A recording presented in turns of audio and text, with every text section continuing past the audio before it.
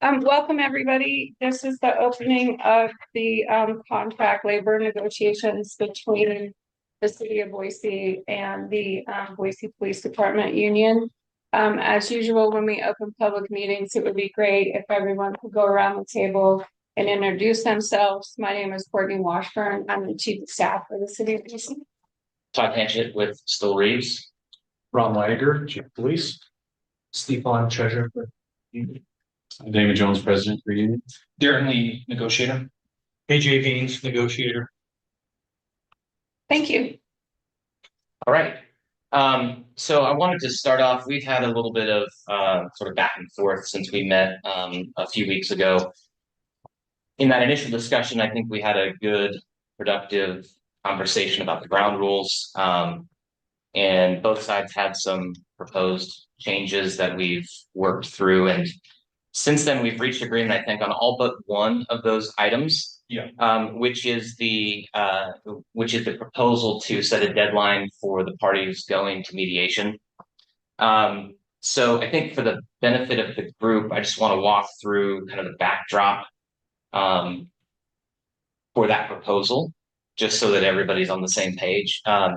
So last time, as I understand it, the negotiations continued for a significant period of time, including after the expiration of the agreement. Mm-hmm.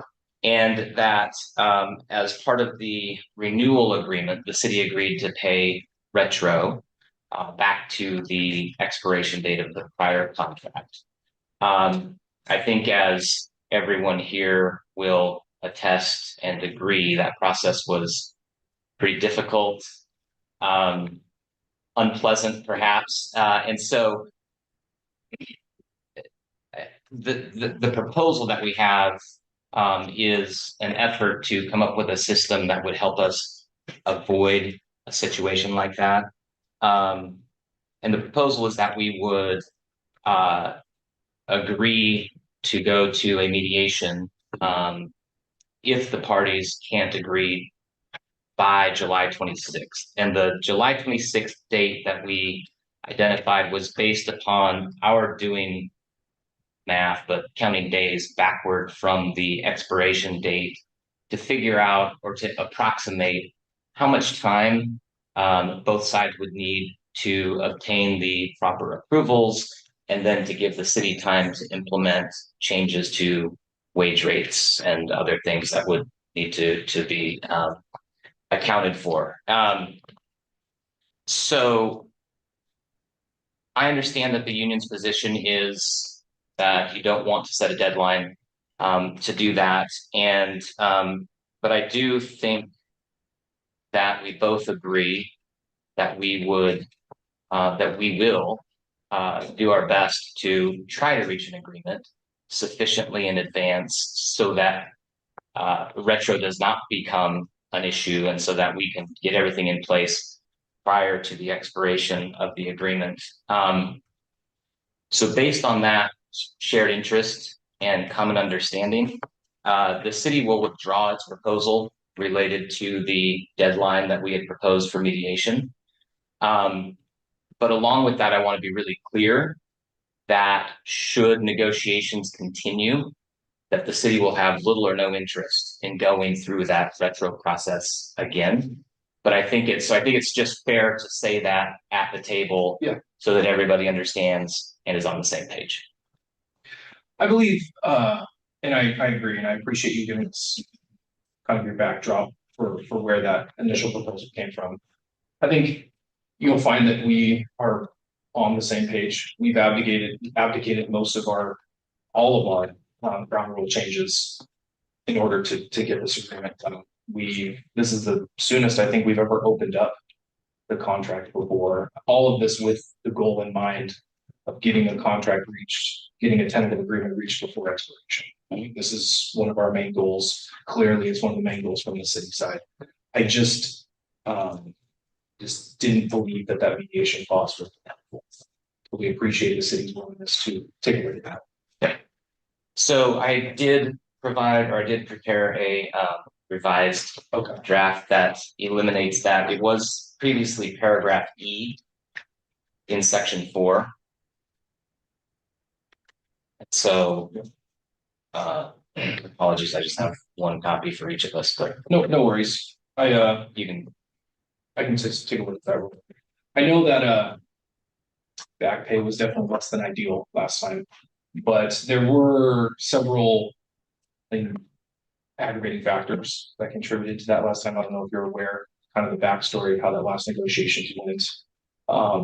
Several of the proposals had to do with restructuring the entire pay scale, which in and of itself needed a lot of math to handle. Not even to mention, we created a lateral scale, bringing people in at an accelerated rate. We combined 3 different pay scales at the same time.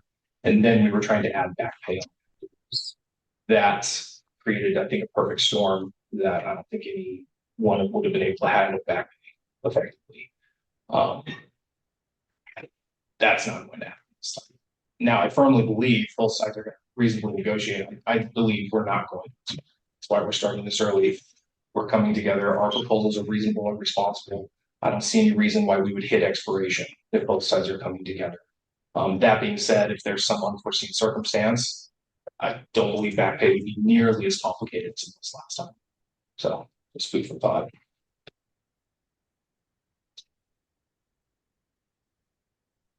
Yeah, it's one copy of the study.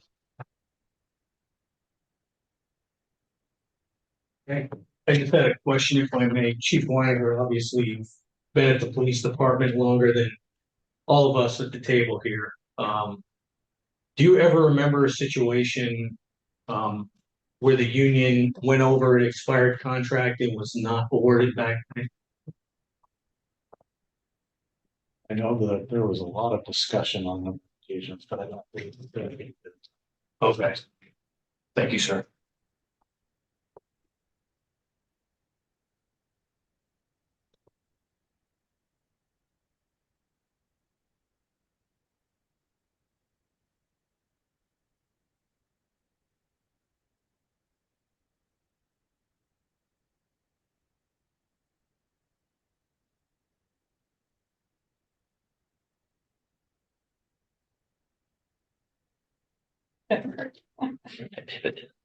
You're like, I'm gonna stay here.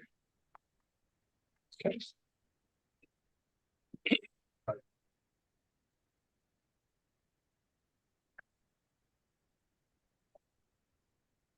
We just confirm that was the only thing changed on that. that's correct. That's the only change, since the one that I sent you 2 days ago. Monday. So, yeah. Yeah, okay. Yeah, I mean, if you'd like to have a break and check it more closely, I'm happy to do that. No. Would you like to do that? So I think. It's just the one copy. We gotta-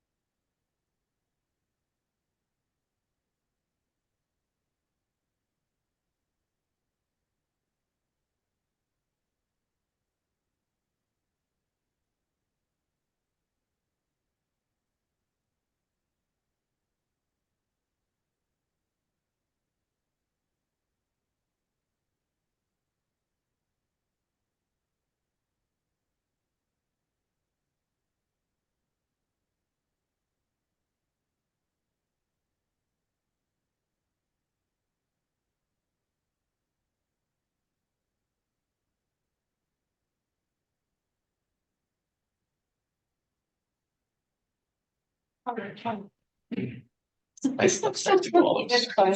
Serves as well.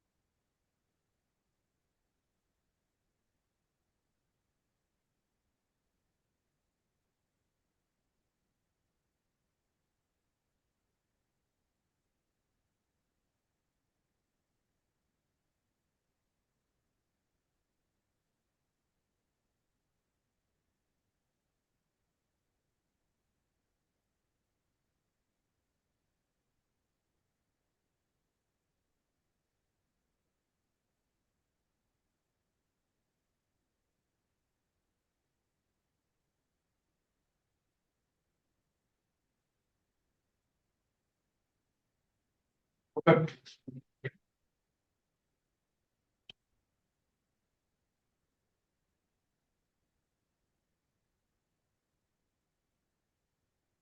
Just sign that.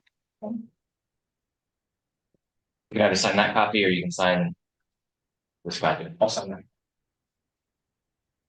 We can make a copy of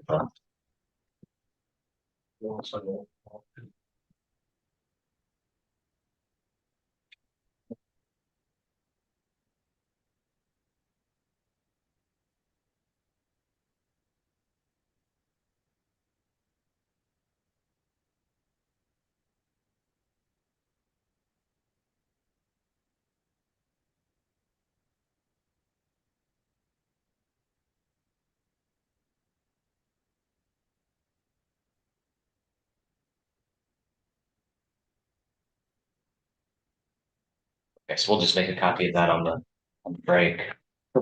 And we both have copies of the signed. And we can upload that to the share file as well. Perfect.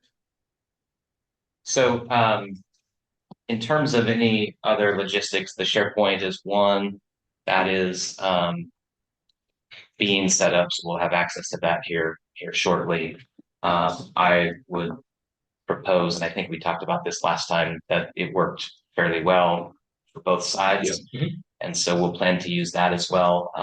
I think using that in conjunction with the written proposals makes it really easy for everyone to keep track of where we are on all the various issues. So let's plan to do that. Do you guys have the link to that already? Or you Yes. just- You're ready. I believe we are there, yeah. And then breakout room, That was gonna be my next. Which We have- one did we assign to we you have guys? one for you somewhere. This was our last time, but I Um, don't know if we. You have one, I just don't know which one. Oh, okay. Do you know which one it is, Damon? Do I know? Okay, we'll find out. Okay. But I know there is one that's assigned, so you'll have space. We'll wander until we find it. The first time we met in person, we brought up kind of a verbal request at the end of that meeting about Westica, kind of the city's program software for how they run their numbers. I don't know Oh, if is that was there any follow-up? financials? Yeah, was there any follow-up on the management side for that? Yeah, so I let them know, I let the appropriate folks know that there would be a request. I thought there would be a request for some information from the union, so they're ready to prepare whatever it is that you're looking for. Okay, So just send that across, we'll get started. Do we have a point of contact on it? You can send that through me. Okay. Yeah. Okay. Yeah. I may regret that, but well, we'll see. if I start to, I'll find someone else. That's what the city's using for all their economic numbers, correct? I can't speak to the exact software program itself. What I can tell you is that we'll receive the request and compile the information that's being requested. Okay. Well, I guess my question is when the city forecast numbers, I think they were using Questica last time. And I think that's what we agreed that Questica numbers were. Yeah, I don't have the answer to that, but I can find out. Sorry to interrupt, your breakout room is at the end of the hall, it's called Bogus, Bogus. that's what it's called. As long as it's not the I actual, didn't do it. the actual bogus. Yeah, we don't have to go up the mountain. Look at the private. Yeah. I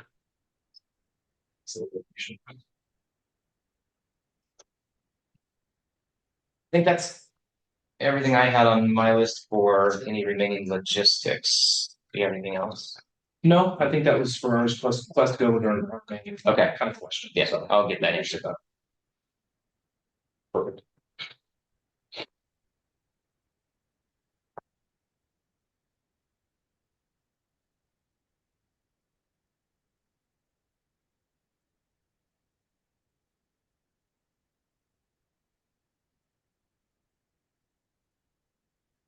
You confirm this if members want to watch. The negotiations, not Yes. just through the city website. It is. think it links. You through, yeah, you go on to the city website and share across. Perfect. We don't have anything else, for administrative stuff. Okay. How do you guys, Then why don't we, propose we do this? I would propose that the union opens with the proposals that you would like to start with. Let's see. If I can get this, get it pulled up.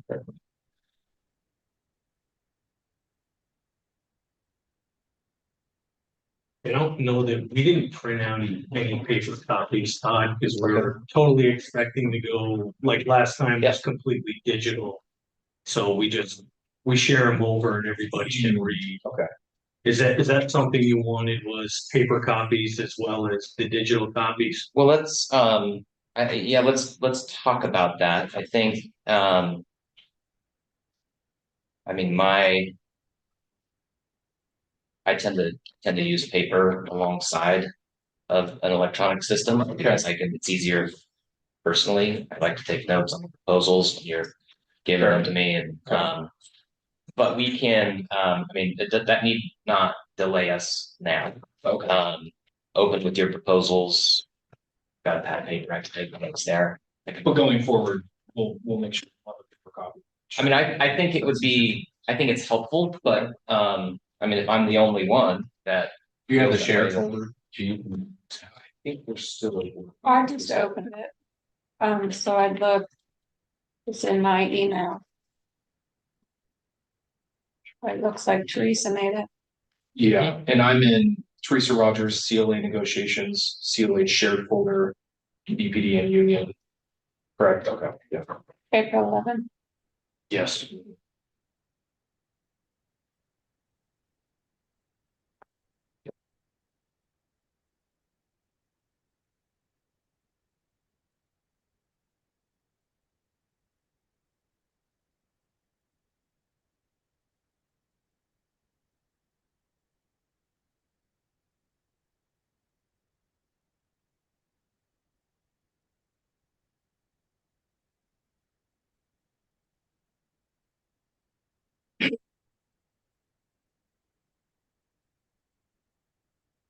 So are you guys planning to put them in the CLA shared BPD and union proposals folder? Yes. Okay. That was the intention. I still need.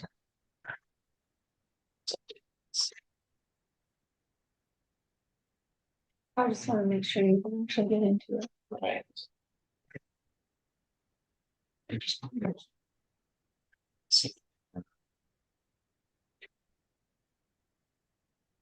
I wonder if I sent it to you. Yes. Because she didn't send it to you.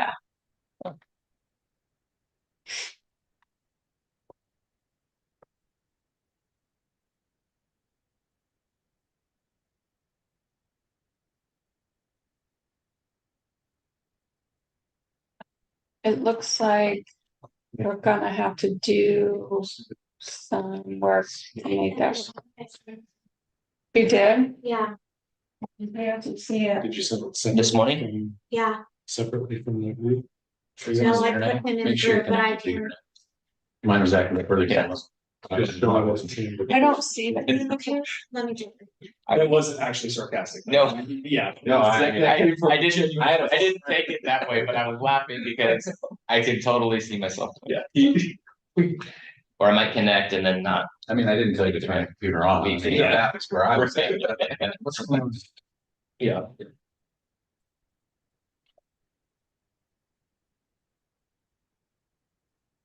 Would it have come through to me at the same time as Always.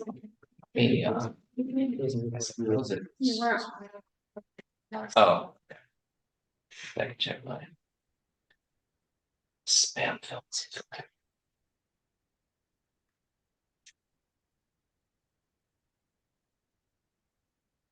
You have an email. Yes, I just think so.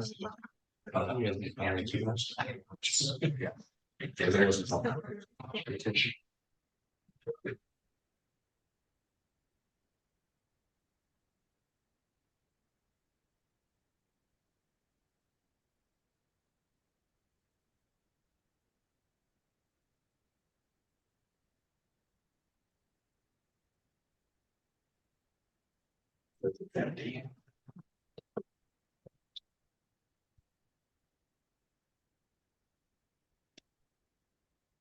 everybody online over there? I'm still waiting for the link. Oh, okay, perfect.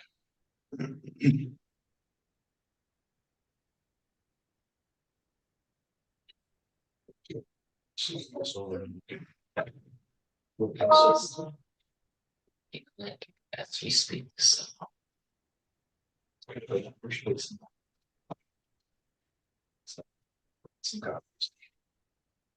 here it comes.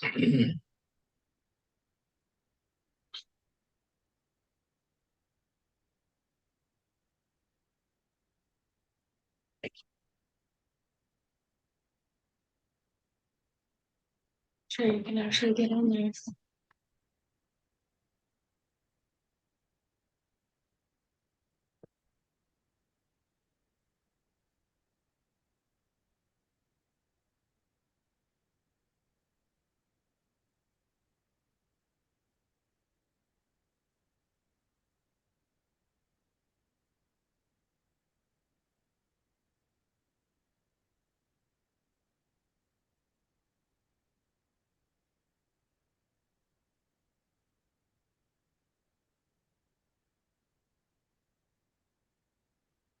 Okay, I'm in.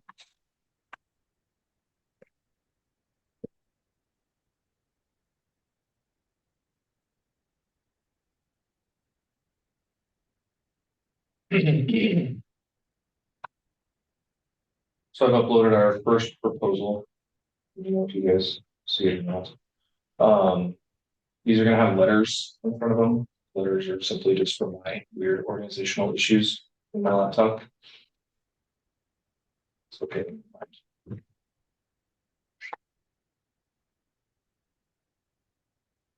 Let's say D.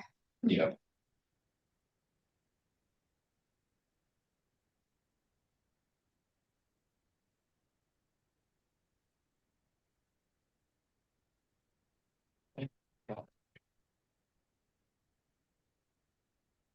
Any questions or concerns or point of clarification for that proposal? The proposals for a 3-year contract, Yes. understood. No questions. The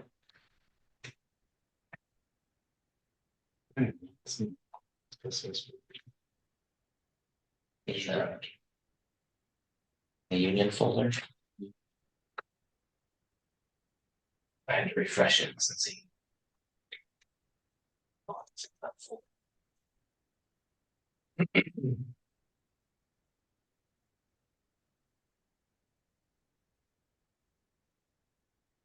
Send me a second proposal over.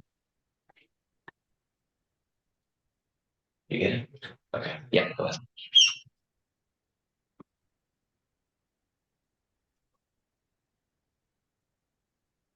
We should have it alphabetizes. Okay. This one's called vacation. Yes.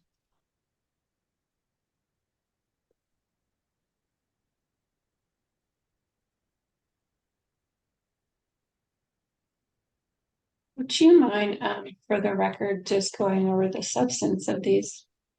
Yes.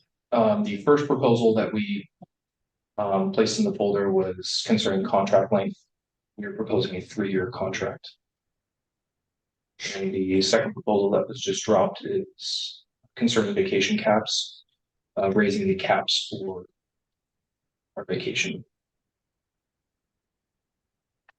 Was this based on, what in your minds was the formula or basis for the increase? For the vacation caps, Like what is the rationale between 144 hours and 164, for example? so it's a point that hasn't been kind of touched in a while, and I believe it was 2 contracts ago. I think it was 3 contracts ago. The vacation leave accrual was increased, but the caps were not increased. So we have officers hitting that cap quicker. This is just a way to kind of give more space for officers to pre-plan and have that time available to them. And how did you come up with the numbers? Is it just 20? It's essentially just 20 across. Okay, and is there a reason for 20? Not necessarily. Well, It's felt, a working shift is 10 hours. So when you take a shift off, you burn 10 hours. So we figured 2 shifts, 20 hours across the board. Okay. The other issue, and not really an issue, but last contract, we agreed to the biweekly allocation of the vacation. Did I say that right?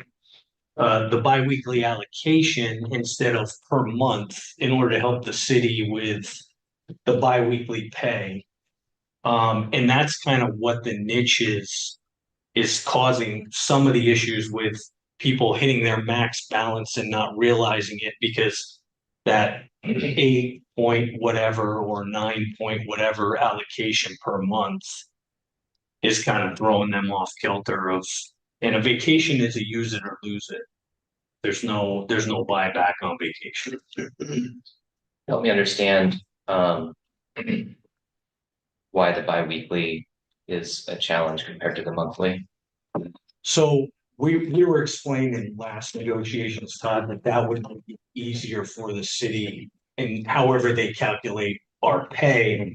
I'm not a math guy, I don't know how that works, but we agreed to do that because prior to that, we were getting the monthly being every month, you got your sick time and your vacation time up front at the beginning of the month. So you knew, okay, I just got allotted 10 hours. I gotta burn that 10 hours for the end of the month. Wherever you fall on that scale, now it's 5 point whatever because of the so many pay periods in the year, it comes out to a decimal place. Okay. And you may not have an answer to this, but how prevalent is this issue in terms of folks running up against the cap with the new accruals? I don't know the percentage yet of how many people hit that cap. Okay. What I guess we're finding is that more people it's become more of an issue since we went to the bi-weekly than prior to that. Okay, I think I understand. Any other questions about that? No. Okay.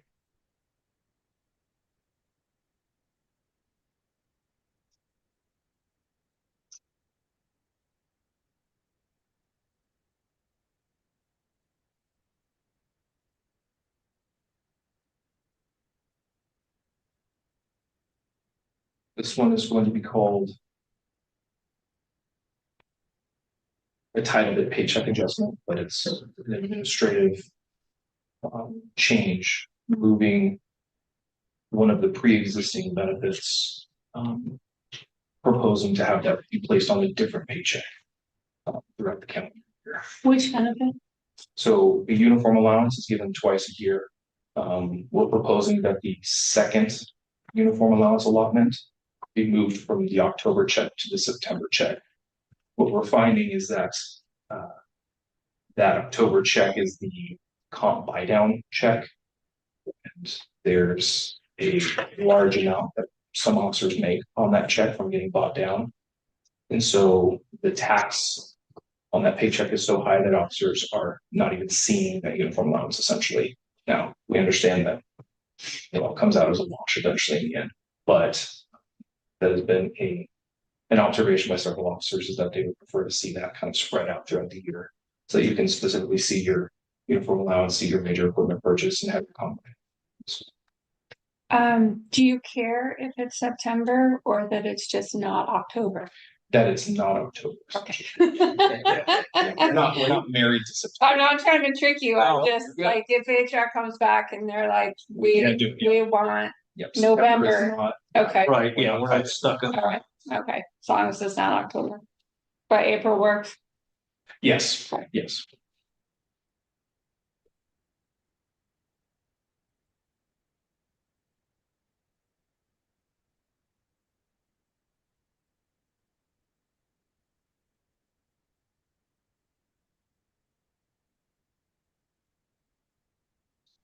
One distraught titled Officer Wellness.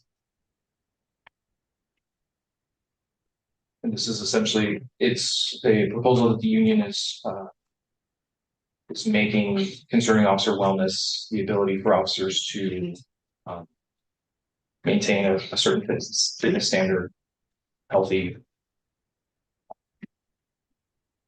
Does this, So- you guys have a year, I mean, not a year, you'd be really fit if that was the case. Is it currently 1 hour? Does this increase it to 2? Or, There is not, Alright. The SOU team. sorry, Tom, yeah, I didn't mean to interrupt you. No, please. My question was, is this all new language? Yes. Is that how I should read this? Yeah. That a new section K7. yeah, I'm adding that in employment benefits. Under K. See it, context.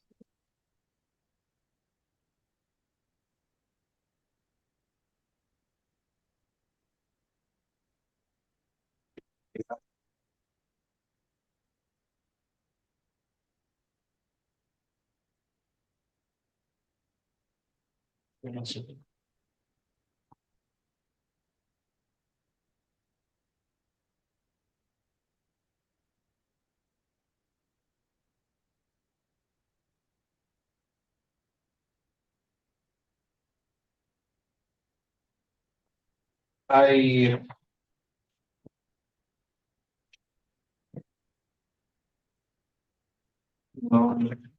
Probably should have just put it in certain. Okay. Got it. But that's where you were something to Yes, put yeah, it was at the end of section 5. yes, Yeah. that's it. I'm probably gonna make a change to that for section now, it's not only subsection. Do you know the cost implications of this? So if it's 2 hours a week. And then 2 physicals. And then a bonus if you pass 1. And then we pay an officer to take 1 of the physical evaluations, but not the other. Do you have the impact of this? A lot of it would be depending on how many people wanted to partake. So I don't know if we could give you a set number for that. You could take a number of if everybody were to pass the physical fitness test, they would receive that amount. If you would say every officer, but we don't know who would. We don't know offhand how many would want to participate, and how many would not. It would literally just be a wellness incentive for officers. But everyone would get the 2 hours per workout time. The option. If they had the option. They should exercise. And to be clear, it's a one-time, you have 2 opportunities to take and pass throughout the year, but you only get 1 payment. Gotcha. And what happens if you fail? You don't get Then paid. hopefully you pass the next time. And what happens if you don't pass the second time? Then you don't get You paid. don't get the money. But we've still given 2 hours a week. For this individual. Is that right? Well, but the wellness, that 2 hours can be used for other things other than just physical fitness. It can be used for any kind of wellness that the department deems necessary as far as different things we've done and several financial planners, the financial health, yoga health, all the different wellness initiatives that the city and the department come up with. You wouldn't necessarily have to be in the gym. You can do anything in relation to an officer. I appreciate that. Damon, does that mean that there's a test for each of those things? So it says, or an equivalent test is set out by the wellness committee. What does that mean? Yeah, there's a specific, the Idaho Post Physical Readiness Test is a Mhm. specific fitness test for officers who are applying for law enforcement. Our wellness committee currently has and are testing out multiple forms of that test. If there's certain individuals who can't participate in a certain aspect of the Idaho Post test due to injury Okay, or something of that nature, they've created equivalency tests that have been found uniform throughout the nation. And so, when we are speaking in this language, it is for specifically fitness gotcha. with these tests. So the only aspect of this proposed wellness benefit is if it is physical in nature, there are physical evaluations.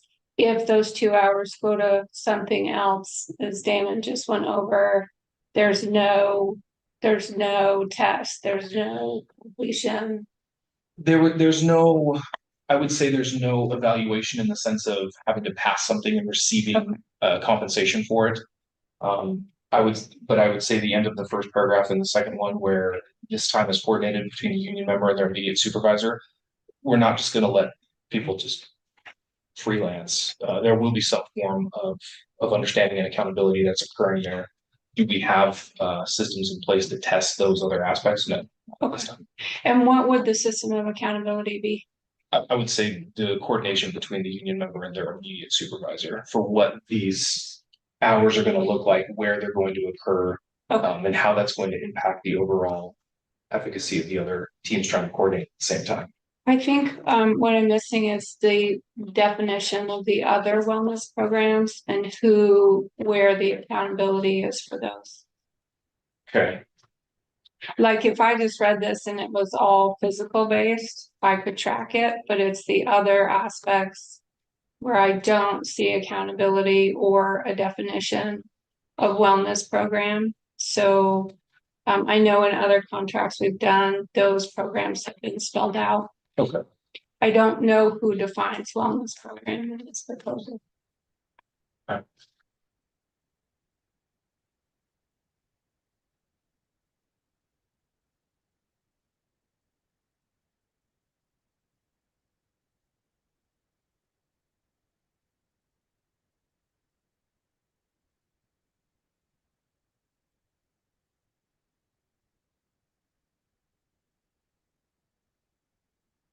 Any other questions on that proposal? No. Okay. Thank you. This is proposal 5, right? The next one. Next one is going to be number 5. This one is titled Artificial Intelligence.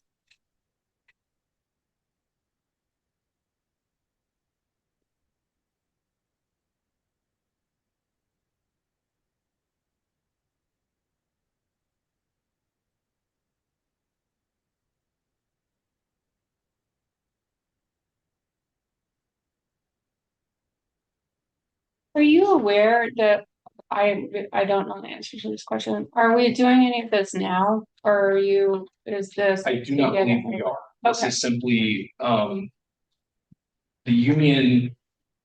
We understand that the city is using aspects of artificial intelligence to increase productivity. We are not trying to take away from that at all. Simply what we're asking is to place a guardrail in regards to specifically discipline. When it comes to the disciplinary process of an officer, for the investigation of an officer.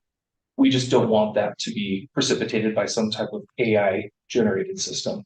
Okay. And I think the examples that you list, performance evaluation, on-body video auditing, obviously there have been stories across the country.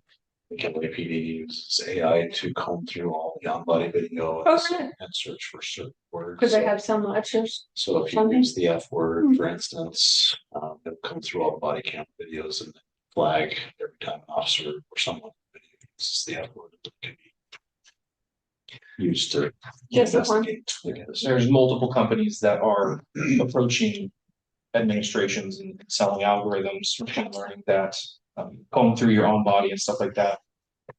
That states in their own words that they're able to predict who is going to commit issues in the future. And so it's this predictability pattern that we're wanting to avoid. We believe we have an infrastructure already in place, internal affairs that are run by qualified humans, and we would like to keep it that way. Is the point of the proposal, though, just so I'm understanding it, to prohibit use of AI to trigger some sort of an investigation into conduct, or is it in bringing it into the process at all? That is where, at all, but as far as I'm aware, we're not using this at this point. This is coming from a place of ignorance. I'm assuming that we're not using any type of AI system to comb through CAD system, dashboard calls for service, any type of use of force. That is, for me, I'm not sure, and so I'm assuming at all is our position I don't know if that's going to cause ripples on the city side, if they already have these things in place and it's gonna force those to be removed. I'm unaware. And do you have a definition of AI or are you relying on the cities? So I've read the city's policy. I actually really appreciate it. And so I'm happy to go with the definition that the city provided in their city policy.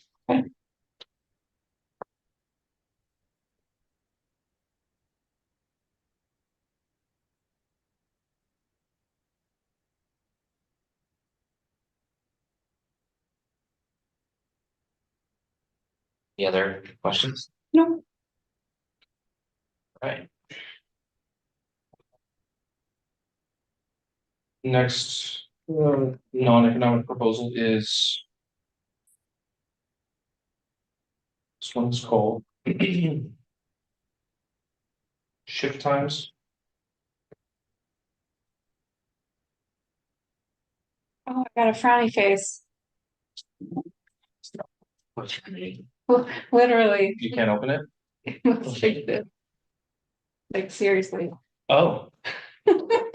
Nothing for me. Not for anybody else? Let me see if I can get this. I've not seen this before. I think AI has got. It got me. It knew I was asking questions. Asking the wrong questions. Let's see. I haven't seen that thing before. All right, I'm good.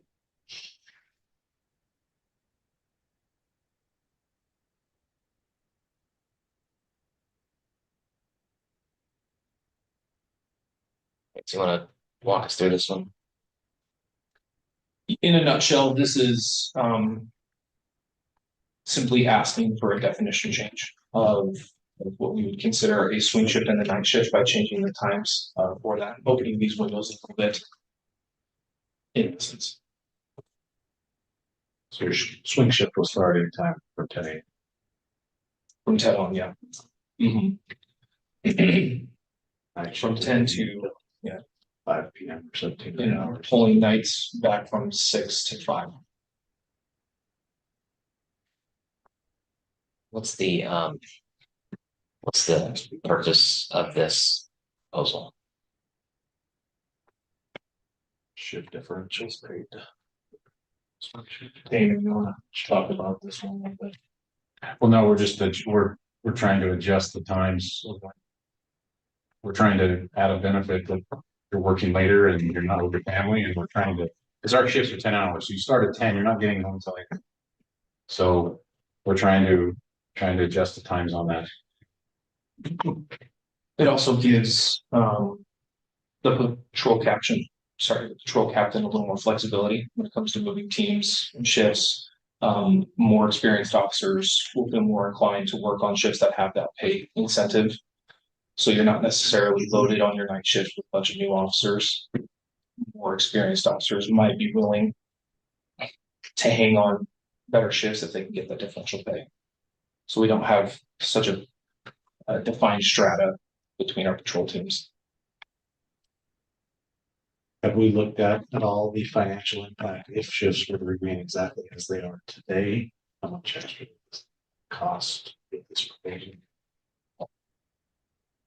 I believe it only is gonna affect the one shift, which would be our overlap They shift. can only hit so. Adjusted by 2 hours, it starts when they started doing it, we would just move it back to 10. So If if the times were to change. you have to cap it, it gives the option for the captain to kind of wiggle and move based on call for service load. I think it gives him a little bit of flexibility. Which started a little earlier than noon. So it currently starts. Swing shift, yeah. Just give the patrol division commander to move it to an earlier. You can pull it back. And you'd still get people buying those shifts. Yeah. Just give them bigger windows to work with. Okay. Any other questions on that one? Nope, I don't. Our final non-economic proposal. Hopefully no frowny faces. We'll look through this one. I've just never seen that before. Something new every day. We didn't do it on purpose, just, You we're not that. didn't put frowny face on We're the not that computer? advanced. I was gonna say. Is this one called discipline? I barely got on the Yeah. share folder, don't. So for this proposal, the language in the first paragraph is not new. It is the italicized underlined language at the bottom. Can you just speak to it, please? Yeah, I'll just read it. In cases of a member being subject to termination, clear and convincing evidence shall be the standard met for the alleged misconduct. As of right now, with regards to discipline, we have a different level standard of proof of evidence. We're simply asking for if termination is on the table, that standard of proof be.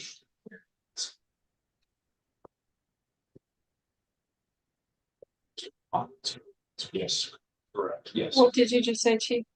Currently, the standard is preponderance. Okay. Termination. So the way that that plays out under this proposal is when management is making a decision as it relates to termination or some other level of discipline. That if in order to move to termination, the evidence would need to be clear and convincing. Yes, correct. It would not affect lower levels of discipline, presumably. Correct. Just we're simply speaking in regards to termination. Understood. So, question I would have is.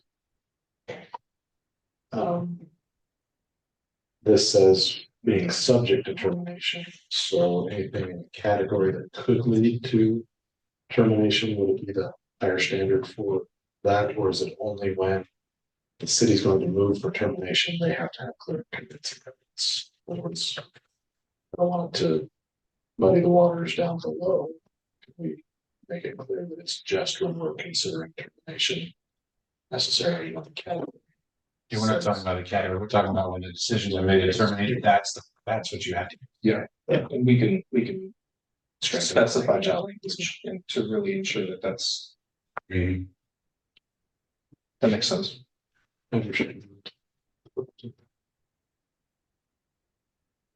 Those are our non-economic proposals. All right, so I think that unless there's anything else from our side, we need to talk about these and we'll get our proposals together, get everything ready and let you know when I come back. We have an estimated time. I'm not sure exactly. I mean, we need to talk through these, understand them a little bit better, so it'll take us a while. We have, we're not going to be there drafting our proposals. We have proposals ready, but we need to work through these. So Okay. Yeah. Do you want to send us yours? Why we're, no. Okay. No, I want to present those and talk through them. Okay. So let us sit and talk about these for a little bit. If I think it's going to go longer than 30 minutes, I'll let you know. Okay. So, will folks put this meeting on, pause, for 30 minutes? Thanks. Appreciate it.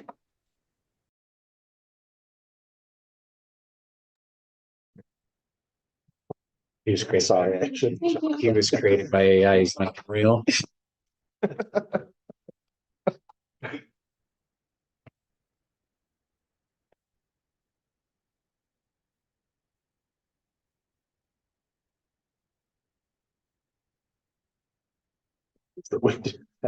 Yeah. Yes.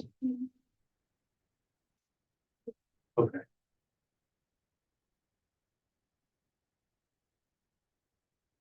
Everybody ready? Right.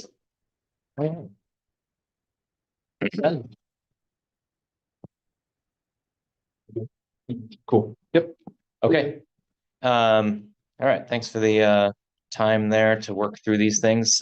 So let me start with in reviewing the union's proposals.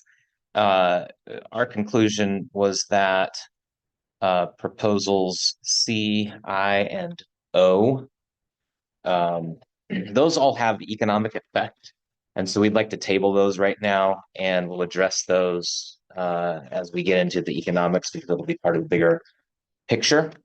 So those we don't have responses on for you right now. What we do have responses on is starting with D. I've uploaded the counter there, and short version is we'd be looking for a 4-year agreement. So I just changed the 2027 end date to 2028. Should be fairly straightforward. Questions on that? Nope, pretty clear. Do you guys have any questions about for you? Is there a reason you like the 4 better than the 3, or? Yeah, I mean, in part, it's just we don't have to do this as frequently. If we can all get on the same page and come up with a deal and just kind of let it go for a while, it's better, I think, for everybody.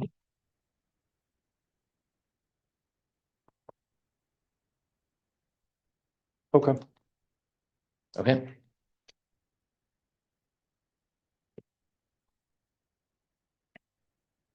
City counter to union proposal H. So proposal was to change the allowance, the uniform allowance. Our counter to that would be to strike 5A in its entirety. We don't have language to propose at this time. I didn't want to keep you sitting there while we drafted, but the proposal would be to replace 5A with language indicating the city will implement a quartermaster system for officers' uniforms.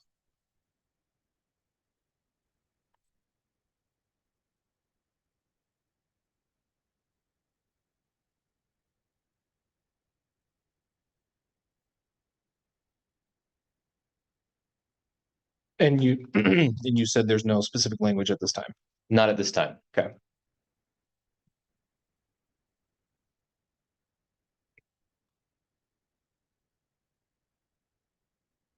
If that were to take place, how fast would that be implemented?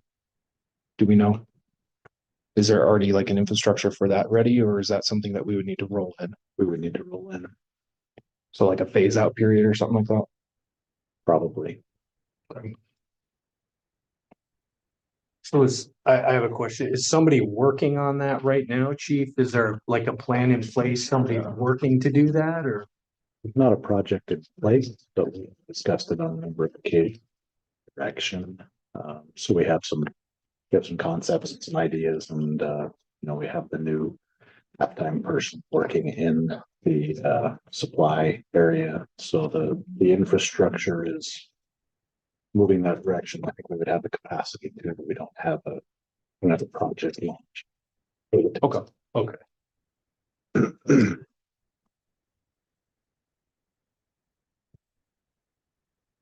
I don't have any further questions on that yet. Okay.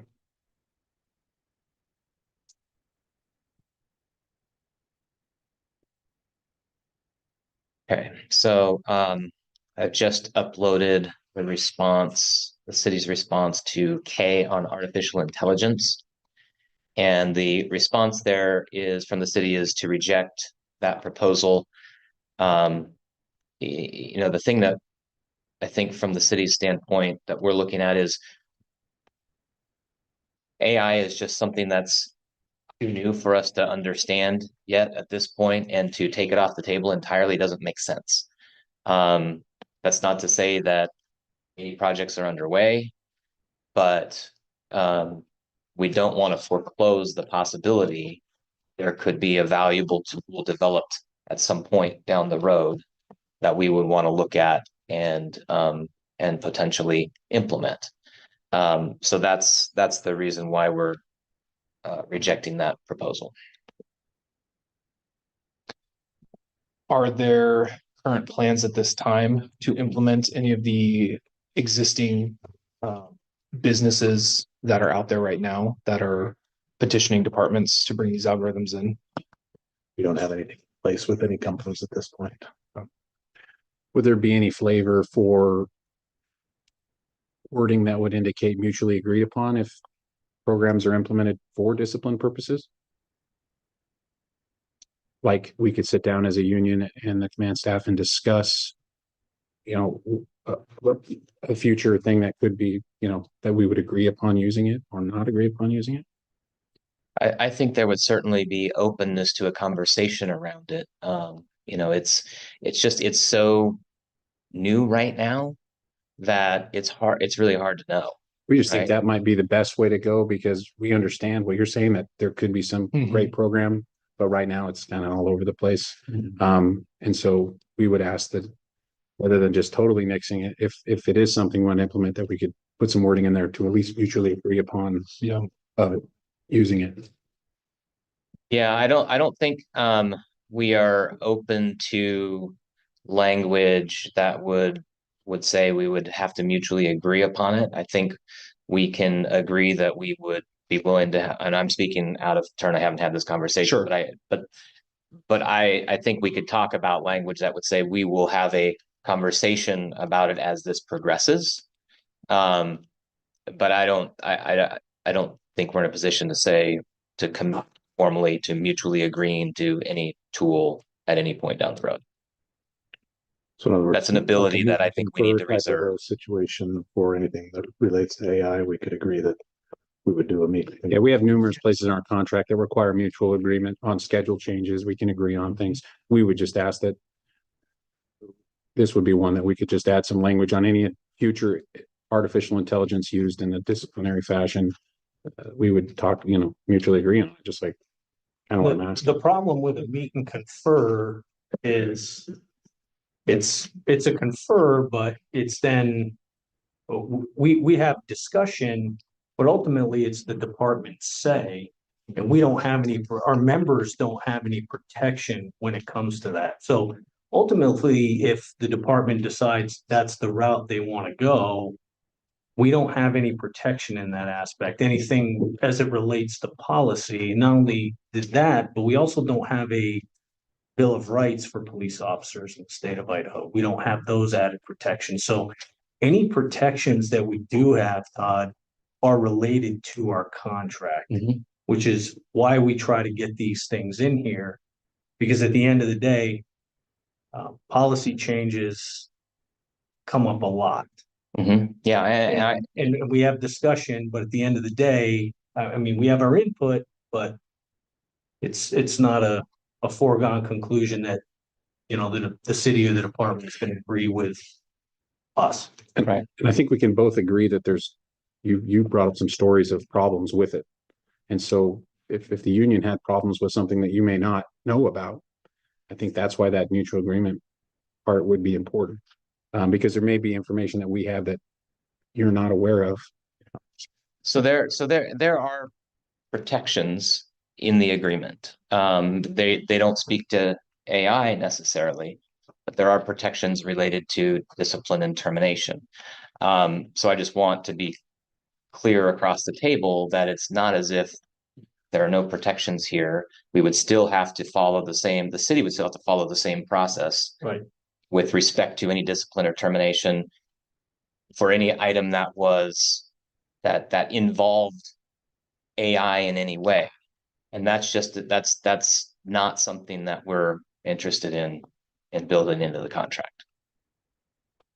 So here you want a conversation, and you know, I think Chief and anybody on his staff is open to a conversation, but I'm not prepared to put language into the contract that would limit the department's ability to use that where it thought it was an appropriate and useful tool. And in regards to the language that you had proposed, I mean, we're on the same page generally as far as we're not going to put in a system of some sort that's going to be the root cause of discipline. If there's going to be artificial intelligence, at least as far as we understand it now, it's in its infancy, but there can be algorithms or things used that would bring something to our attention, but we're never going to have AI initiated investigation. We're never going to have AI. That's where we're looking to find some agreements on stuff like that. Certainly, I could see where AI may be able to alert us to something that we may want to go look at. But AI itself would not be responsible for discipline. I think to Todd's point, protections are already there. Human beings will be making those decisions, and the disciplinary process is all laid out fairly clearly. We're asking for a human element, that's all, to remain. And if the day were to come, if the city either has a system or some type of thing in place and they choose to do that, I would hope that the management would be willing to kind of bargain the impact of that, because I think that is a bargaining issue, is the change in working conditions, the impact that would come from a system like that. I hope that would be something that would happen at that time, if the city ever even makes that choice. And to be fair, most of the disciplinary processes that are in place are in policy, not the contract. And I didn't mean to say we didn't have any protections in the contract. We do have some, but the few that we do have are in the contract. But most of the, matter of fact, most of the discipline process and that stuff is all outlined in policy, which we're not, which is subject to change at any time with only input, but no really regulatory from us. I understand. Okay.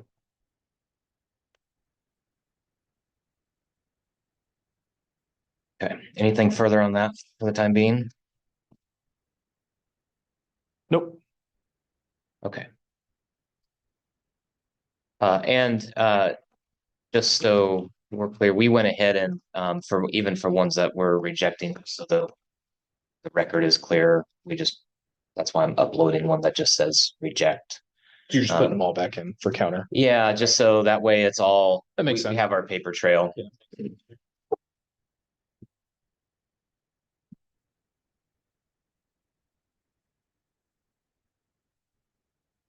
So I just uploaded the response on the discipline proposal, and that we are rejecting as well. We don't think that the clear and convincing evidence standard is appropriate. To our conversation just a few minutes ago, there are protections in there in the agreement currently related to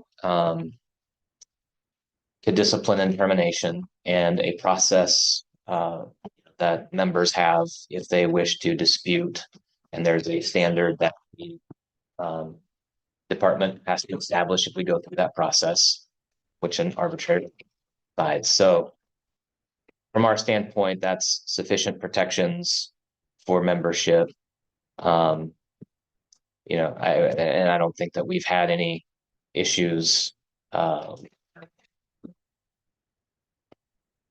Termination action was taken without strong evidence to support it. I mean, the city doesn't have an interest in terminating somebody without sufficient evidence. I think from management standpoint, the view has to be, if the union or the member disagrees with this, we're going to have to prove it later.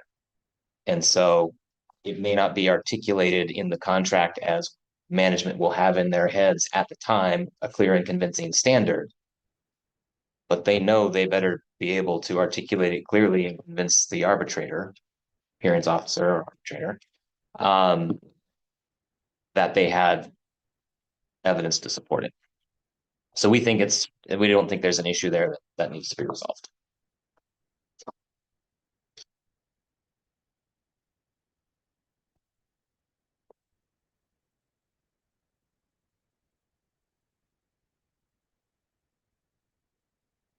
And what protections, and I know we have a grievance procedure that's well established.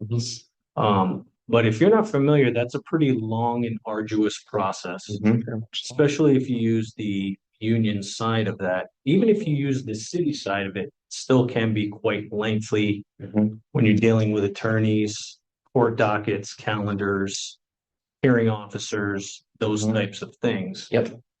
What protections specifically prior to the actual termination, so now we have an officer that's terminated based on 51%. Which could be a variety of things, evidentiary wise. But now, what protection do we have prior to making that termination in the contract? You can see what do we have? I'm not clear on that. Oh, there's nothing in the contract about that. Presumably that's the point of the proposal. Correct. And what I was attempting to explain, but perhaps didn't make the point as clearly as I wanted to, is that from the management side of things, it would be not wise to proceed if you don't think you have sufficient evidence where you can work through that long and arduous process and convince the appropriate people along the way that you have good evidence to support the decision that you made. I agree with you. That would not be wise. However, you know, a lot of things we have, like I spoke before, are subject to policy changes. We've been through several policy changes just within the last 3 years that have changed discipline, that have changed the process, the discipline matrix, all these things. And Chief Weiniger can attest to this. We had a policy manual for a long time that worked quite well. And then we had a previous chief who wanted to go to Lexapol, and language gets lost in those. Language that I've been told by a member that is getting lost is under investigative guidelines. There used to be a statement that it was required that the department was to clearly establish that the violation occurred. And I'm being told that's since been removed with these policy updates. So I guess what the membership is asking for is, you know, we don't have these, like I said, we explain the policy things. We have our input, but we don't have final say. When we're in the contract, we're both obligated to adhere to that, which is why we're asking for that. So we have a, you know, say you have an officer that has worked for you for 20 years. And, you know, the officer may have some minor blemishes on his record here and there. I mean, we all go through a long career with some bumps and bruises. But then we decide to terminate based on 51% is basically, we believe the citizen versus our officer more. I think it's important that clear and convincing is in place. I mean, when you're going to terminate personnel, or just using the example of an attorney, right? If you worked for the city of Boise and your employment was terminated, you're an attorney. You can go right out, get a job somewhere else, firm or whatever like that. When a police officer loses his job, is terminated from his job, whether it's, I mean, a lot of times it is just, I agree. But there may be times when it is unjust and the grievance procedure didn't figure that out. That guy's not going to be a police officer anymore.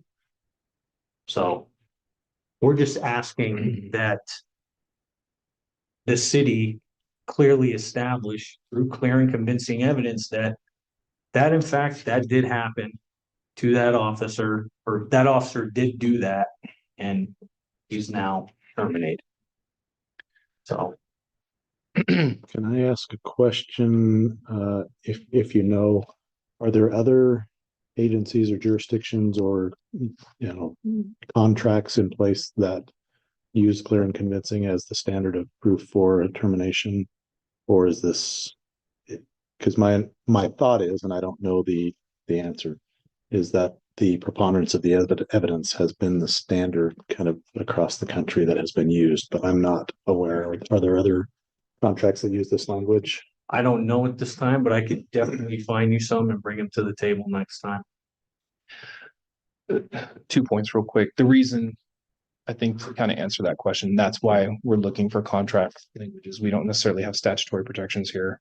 We don't have police officer bill of rights, right? So that's why we're shooting for it in the contract. The second, and this maybe is a question for you, and this is for me coming from a place of ignorance. Is there a standard of proof if this were ever to go to arbitration? Does that hearing officer have a standard of proof that needs to be met for him? Or is it kind of uniform across the board? We just gotta hope management has enough to convince this guy. Is that the standards? It's just convince, is it preponderance all the way up? Or does at some point do we elevate to clear and convincing? So, it's, it doesn't fit within that structure necessarily. So labor arbitrators will apply to a termination decision a just cause standard. Just cause. Okay. On which, so, and in doing so, they place the burden of proof on the employer Mhm. to establish, and they have different ways of formulating just cause, but to establish that there was just cause for termination. Okay. Things like that there was a clear policy that prohibited what they did, and things that, you know, things like they understood that what they were doing violated the policy. Things like that, where it's a fairness standard that the arbitrators apply. Okay. They don't necessarily call it clear and convincing. They don't call it Yeah. preponderance. But that's why I say it fits somewhere Yeah. kind of in between. I know we have definitions in certain boxes for those definitions, but just Right. cause, yeah. Okay. So that's the way an arbitrator will generally look at it. Okay. Thank you. Can I just ask a quick question? You have made reference to a police bill of rights several times in this conversation. Have you sought to do that in the legislature? I have not, no. Oh, not you personally, but you. No, I am not running. Maybe you have. I'm not running for office, no. That is not my platform. And I don't know if the FOP or some other organization has made that attempt in the legislature. I'm not aware of any local state legislative pushes for that.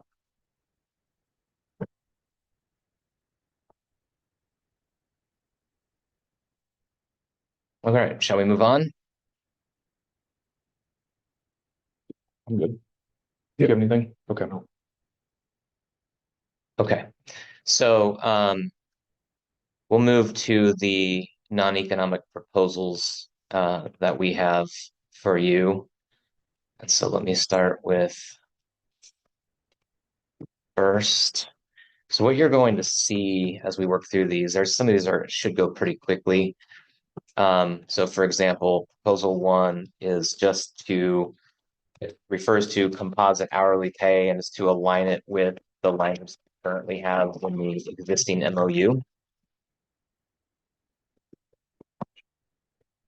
And so this is identical to what's in the MOU. Page.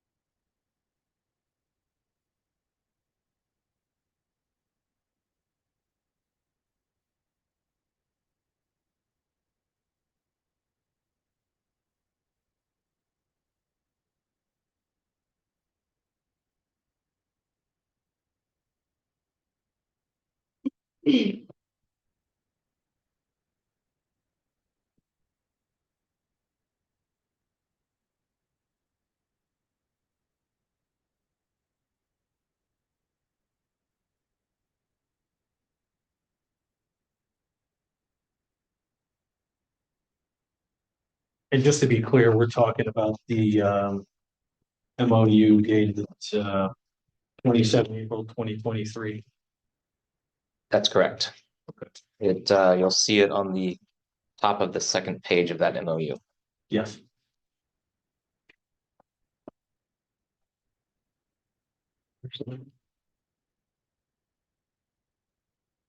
Any concerns about the language being different than the MOU?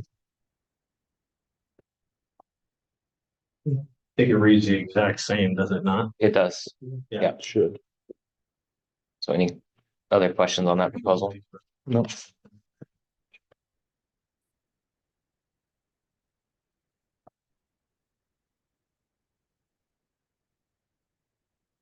Next, we have a proposal in section 4 related to major equipment purchases.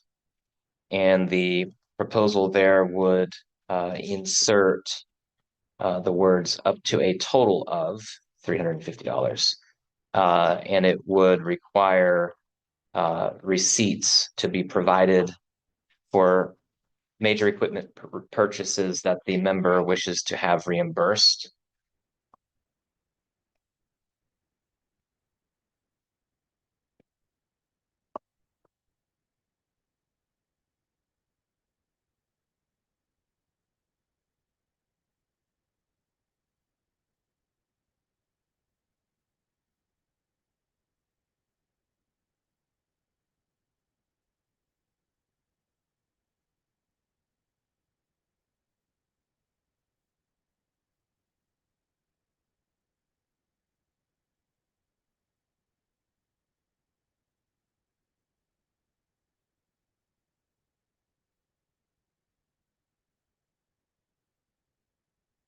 Can you give me a little bit of the rationale behind this? Is this to go in lieu with the quartermaster system?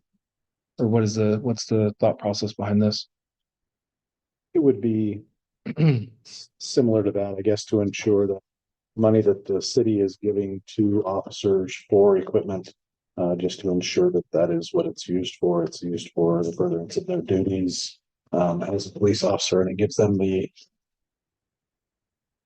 flexibility, if you will, to decide what that looks like and what they want to use that for. But as long as it's a purchase for equipment that's used in the course of their duties, then it would be reimbursable, just to show that that's where money's actually going. Who who is going to make the determination of what is and what is not to be used in the course of an officer's duties? I feel like that's a pretty, I could get pretty tight, or it could get very broad. Like, will there eventually be like policy articulating that, or is that going to be just kind of subjective to the person making that call? I guess we could create policy if we need to around that. I would think it's fairly common sense. Hey, this is something I use in the course of my duties, right? Whatever that is. Extra pair of snow tracks for your shoes because you work in the winter, or a backup gun that you carry on duty, that kind of thing. Okay. 350 would be certainly put towards that. Anything that, I mean, that you have a reasonable use. Be tough to say. I don't know. I need this wheel cover for my Jeep that I don't use on duty, that wouldn't fly, right? Okay. There's a connection to work and use of the item. Yeah, I can say the intent isn't to place strict limitations on. Are you guys expecting a catered lunch? Oh, I don't. Okay. Question. That's Right, it's about time to ask that question. So we're not looking to place, serious restrictions on what that looks like, and we're happy to have a conversation about the items that would be appropriate. But from the city's perspective, it's, it has a responsibility to ensure, if we're going to be paying this money, that it's being used for the stated and intended purpose. So who does the reimbursements? How quick do you get the reimbursements? So the payment will be made on the second paycheck of November each year. Okay. Outlined in this proposal. You just have to provide the receipt within 30 days of the purchase, and then it'll be logged, and that payment would go to you on the second paycheck in November. So if you buy something in April, bring your receipt by May and turn it in, the payment still comes in November. Throughout the year. You're probably saying. Yeah, I think it's important that if we are going to have this in contract, to not be subject to a policy later where this payment is subject to policy, then I guess we would request, some kind of list from the city of what are those items to consider it.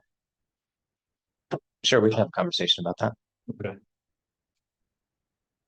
Yeah, I mean, it could be a pretty extensive list, gloves, socks, heated underwear, whatever. You know, it could be, Backup firearm. we can collaborate on that if you'd like, try to list the things that. Yeah, I mean, I guess I don't, and I'm not nearly as close to this issue as you all are, but I don't think that there would be a huge range of disagreement over I would hope so. what qualifies. I mean, you all know what it is. I think I won't say we because that would include me, but folks on our side know what that is. So I don't think that's what hangs this up. But we're happy to have a conversation and kind of try to hang some Okay. further detail around that, if that would be helpful. I think so. Through the proposal.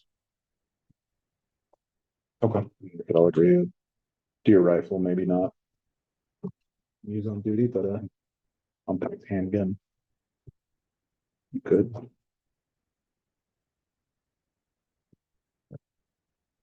Know if you can find a rifle for $350 that Well, would it'd be be worth Be up anything. to 350. You might spend 1,000, we'll give you 350 towards it.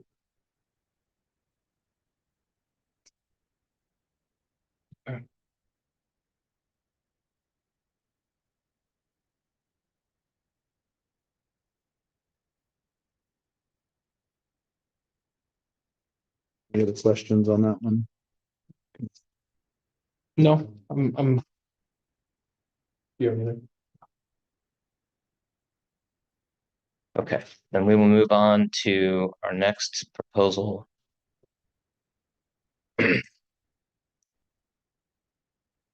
Which is under the section 4G shift differential. This is another change that is intended to align with the MOU that's currently in place on the same MOU that we just referenced from April.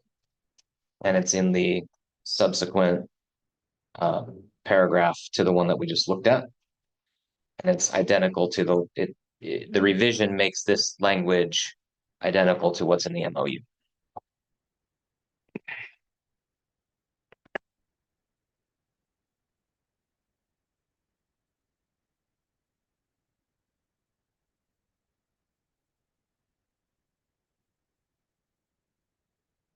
Questions about that one? Did you? Yeah, no question. Yeah, no questions. Okay. Inside. Right. Next proposal is a proposal to section 5, subsection B on paid holidays. And the current agreement spells out each date on which those fall. Those are all defined by the date on which they're designated on a federal level anyway. So particularly where we're looking at a 3 or 4 year agreement, it seems pretty cumbersome to spell out all those dates out into the future. So there's just By date. Yeah, by date. Defining them the way they're defined makes sense, but it just seems unnecessary and a little clunky. So we're just trying to clean that up. So removing the calendar dates, but just leaving the title of each holiday. Correct. Okay.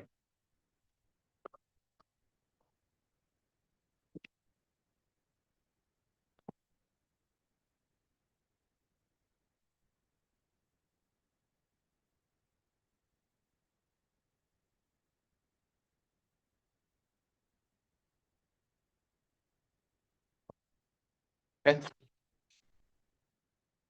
Next proposal is related to the vacation leave section, and I know we have a proposal from the union related to the maximum accumulation language. We have not, like I said, we're not responding to that at this point. We've tabled that aspect. But there is an aspect that we did want to address that doesn't have any economic effect, and that is the first sentence following the table, which talks about an email being sent, which my understanding is that that's just inaccurate anymore, that it's now an automated, it comes through the system directly as opposed to through the payroll system, as opposed to an email being sent. And so this is just intended to reflect what the current process is as opposed to what the language of the contract says.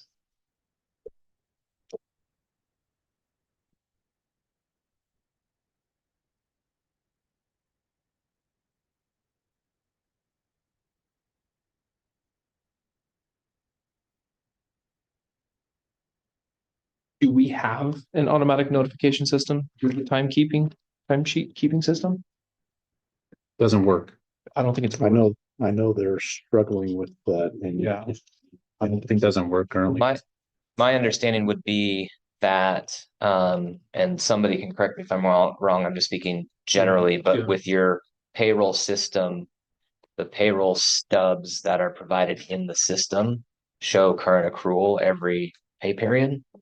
So you can tell me that that's not the case. I'm just saying generally, that's the way the payroll systems work. Yes. So my expectation would be that the information is in there and available to anyone at any given time in terms of how many hours they have currently accrued.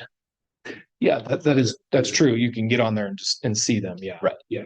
Yeah. I was just. Yeah, that's what I meant. Mentioning an automatic. That's what I meant is, yeah, I might have that. I don't think it's gonna send you like a flashing. That's what you're proposing, is getting rid of the requirement of the notification. Right, but we provide that information on every paycheck, so that as long as you go look at your pay stub in the system, it should give you your accrual. I mean, I look at mine, I can tell you there's this many hours. Okay. So it's just a removal of any type of notification. Okay. Proactive, no, Proactive notification from management. because they can't seem to figure out how to do that in the system. And Okay. it would generate an email automatically. Yeah, But the new system no longer does that. Okay. bottom man and woman hours to Try to figure it out. send an email to everybody individually. Okay. Do you have any questions about that? Yeah, I'm clear on that. Okay.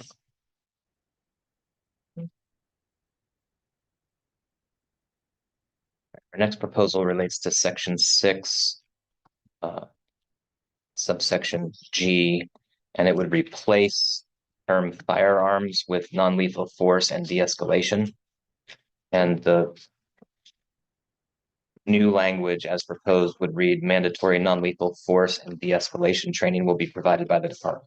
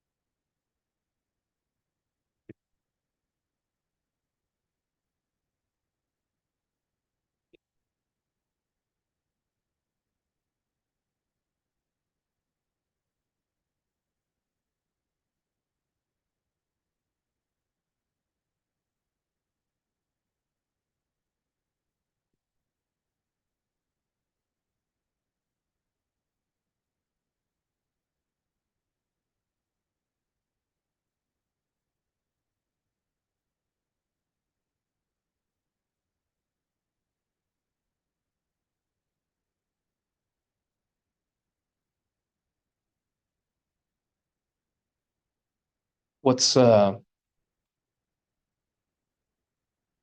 you don't mind giving me a little bit of clarification of the thought process behind this one. So honestly, I'm why this was in the contract, the mandatory firearms training was in the contract, but all of the years I'm not sure why that was negotiated. But I feel like the department is certainly come a long ways in all of the training that we provide and offer for the department. And strictly firearms training, how to shoot better and hit the target better, is part of that. But we are really trying to make it a global training, use of force, de-escalation, less lethal. All of those things are steadily incorporated into our training model. And we are interested in providing more and more training. Certainly firearms is part of that, and we don't have any intention to change the pace or the cadence of firearms training, monthly open ranges or the training in firearms. All of that stuff is the way we operate and have been operating. I'm not sure why that's a contract issue, frankly, as far as providing firearms training. We don't mandate any other types of training, but we're saying if we're going to do that, then it really should be less lethal. I think it's a misnomer. We shouldn't say non-lethal, but less lethal force, de-escalation training. All of those things should be part of the training regiment. We're going to put something in contract. It should be around that as a whole. Makes sense. Yeah, don't we do that in our quarterly block training anyhow? Yeah, that's I guess that's what I'm saying is I don't know why firearms training is spelled out in the contract. You mentioned that this is the only mandatory training that we do. Oh, no, quarterly trainings are mandatory. Okay, yes. Okay. But contract mandate. Contractually mandated. Contractually. You're saying firearms is the only one that's contractually mandated. That I'm aware of. Okay. I understand the title change. My only concern is by taking out like open range. And I don't know if we're handing this over to like the training division to kind of head this up. Those are things that officers need, use, and enjoy. We just absolutely have no say or leverage after that. Once these get removed from the contracts. And I understand that this is the only training that we have that's contractually mandated. And I know that we do trainings. Once we lose it, we lose it. And I'm not saying we're going to lose it based on what we're saying, right? You have every intention in the world of trying to keep something.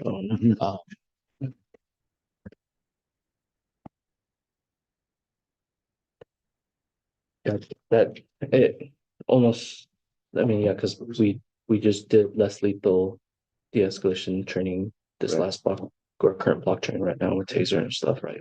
And it's just kind of Yeah. Well, we're open to conversation about it, suggestions, so take some time to talk about it and then we can pick that up later. Okay.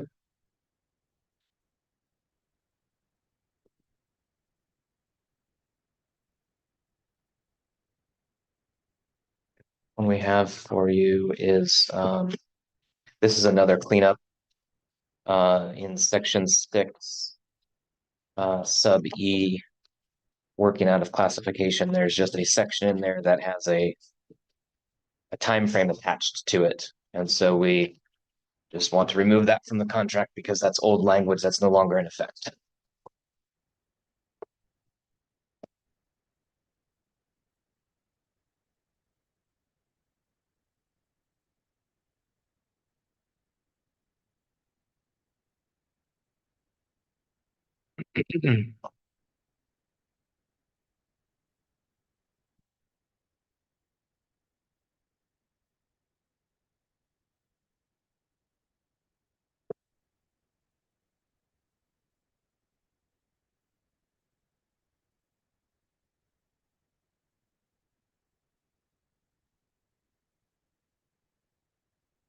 Questions on that? No. Okay.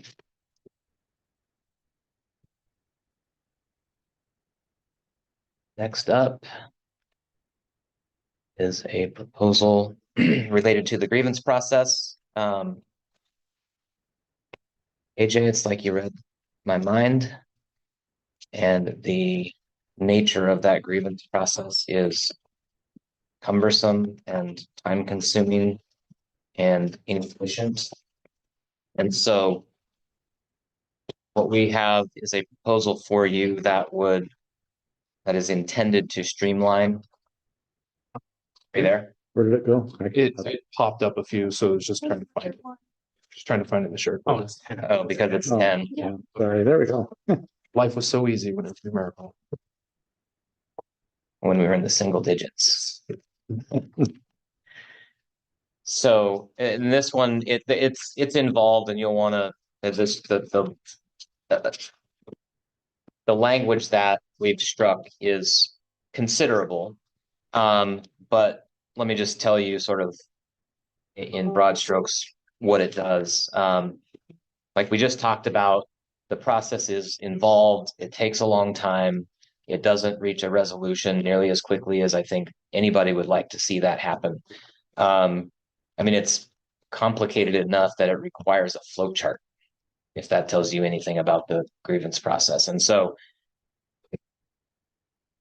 arbitration should be a way to get resolution efficiently, quickly.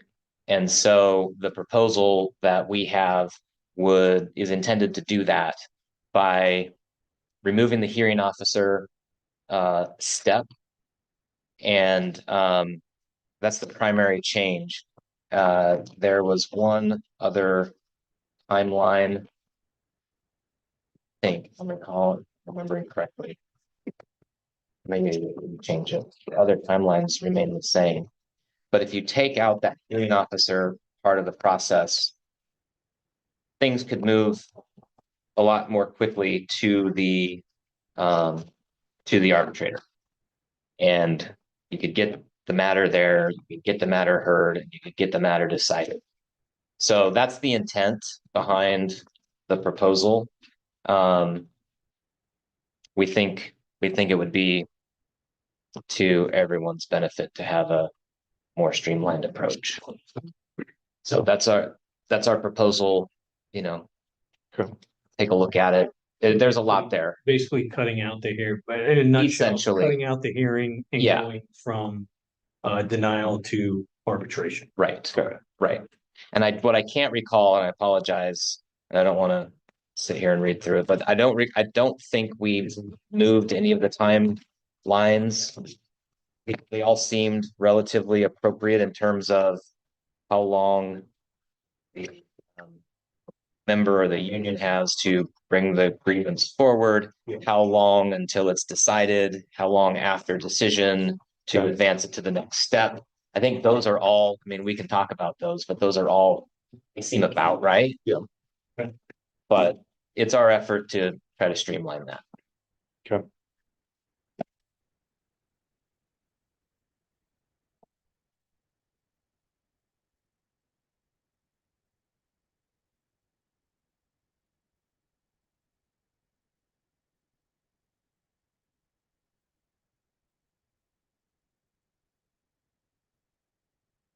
Take some time to digest and know for sure. Yeah, There's come back.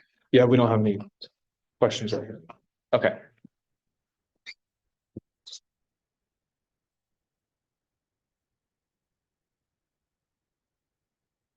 Okay, the next one that we have for you is along those same lines, and it relates to a process that we did speak about earlier, is the meet and confer process.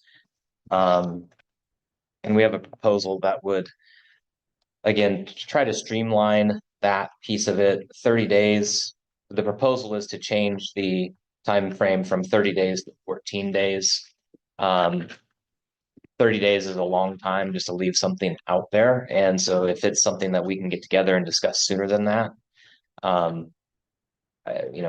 don't see much reason why it would need to be that long. I mean, obviously, if there are scheduling issues and it couldn't happen in that time frame, everyone will be reasonable and agree to have a conversation outside. But for most things that come up under this meet and confer requirement, we think 2 weeks is generally going to be sufficient.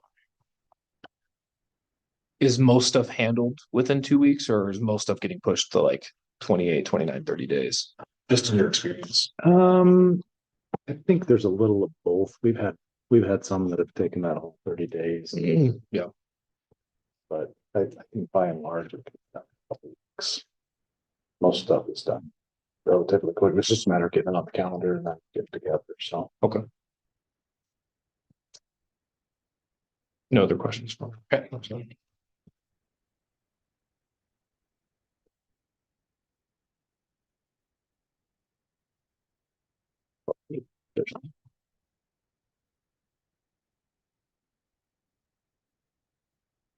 All right, next up, let's see here.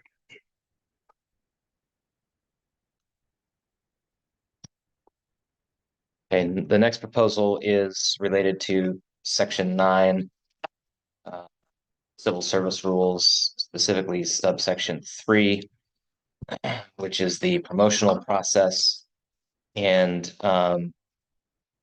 broadly speaking, the changes relate to two things. One is to add the corporal position as a step in the process. And so most of the changes that you see there on the first couple pages reflect that part of the process. I'll call your attention to a change that's not related to that, and it's in 3A.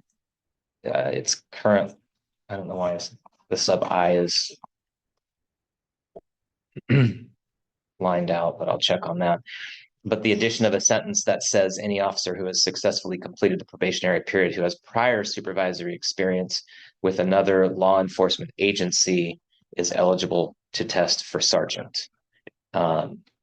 So we're looking to add that as an option in the promotional process. And then the end of it, you'll see the other change that we are proposing is deletion of the lieutenant promotional process, and to remove that entirely from the CLA.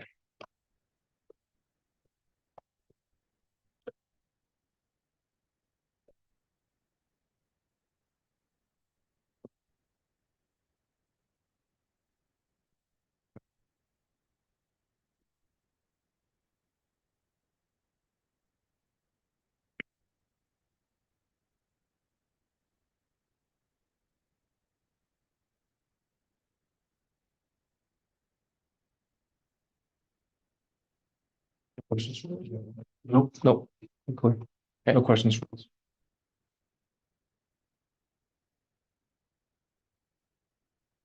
Next up, relates to Appendix A. And the just an addition at the very end of the appendix to align the language that we have in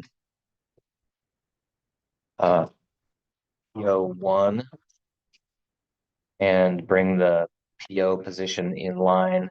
So it would add to non-lateral officer on probation, it would add or a lateral officer with less than 2 years of recognized external experience. And that I think is just a Also from the 27 April MOU. correct. It's just a cleanup, yes.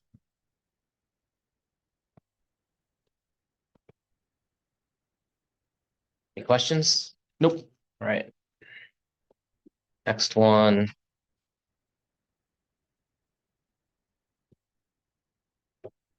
To the there it is.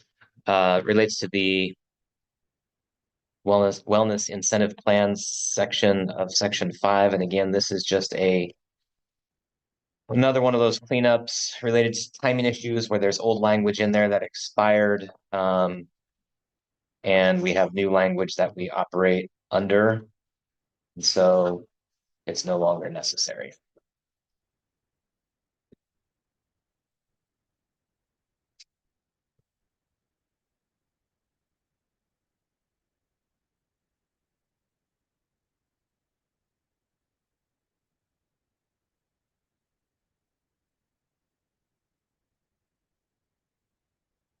Okay.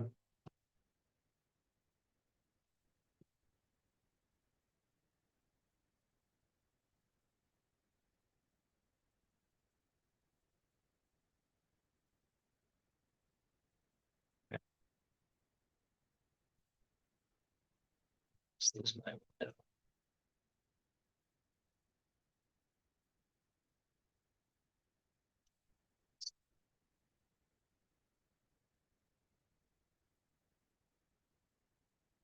Next up is another cleanup item to section 5, subsection G.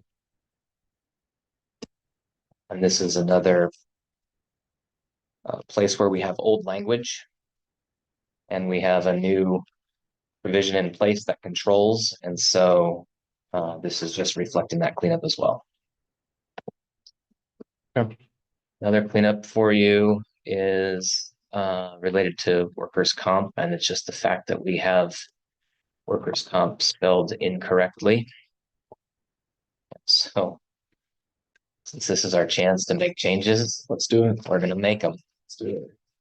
That's the only change to that. It's just a change how we spell.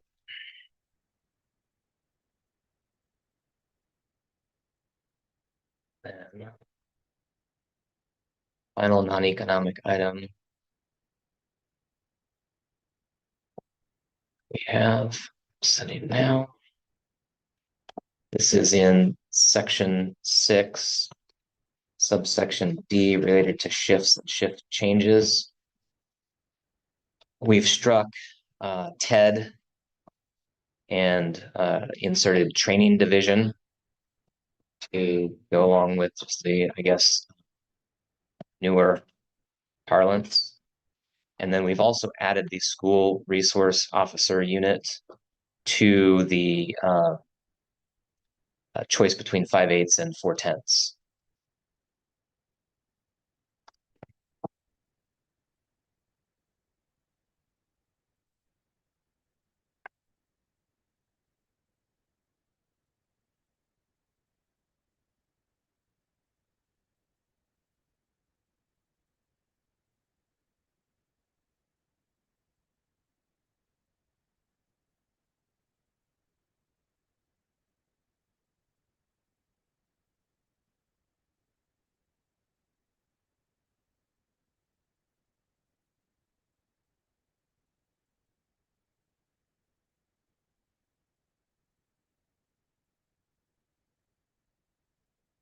We have for non-economics, it's good Okay. timing. Seems like it's lunchtime.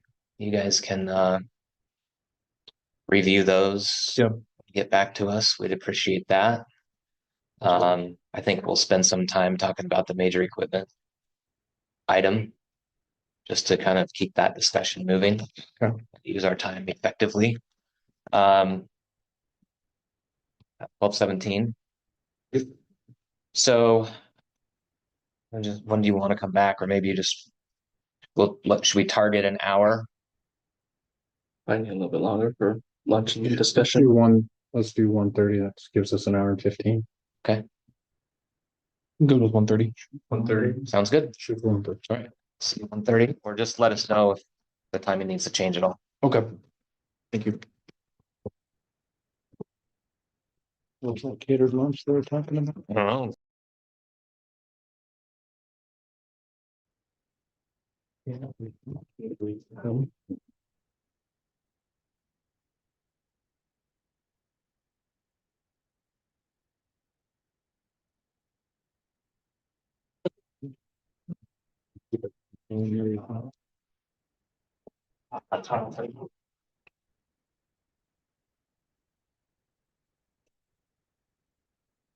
Those are pretty much all my talents.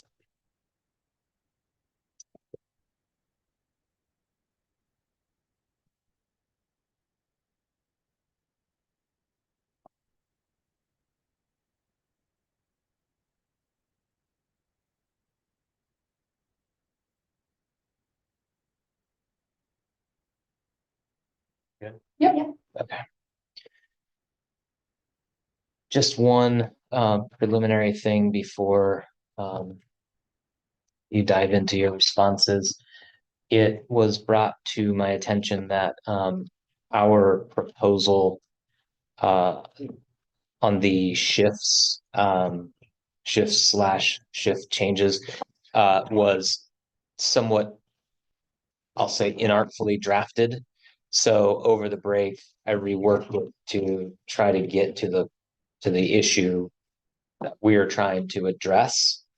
And so I'm happy to pass that now or hold, let you get through your responses and then pass it later.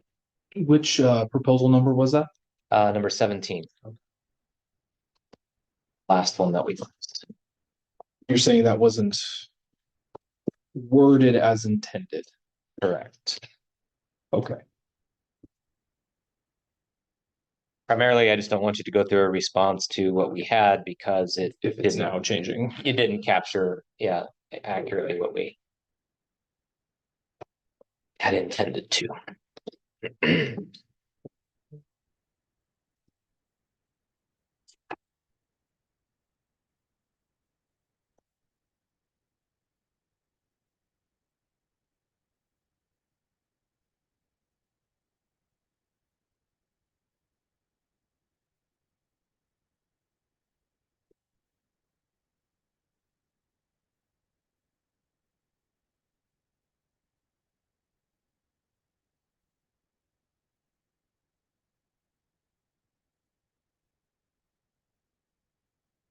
That's,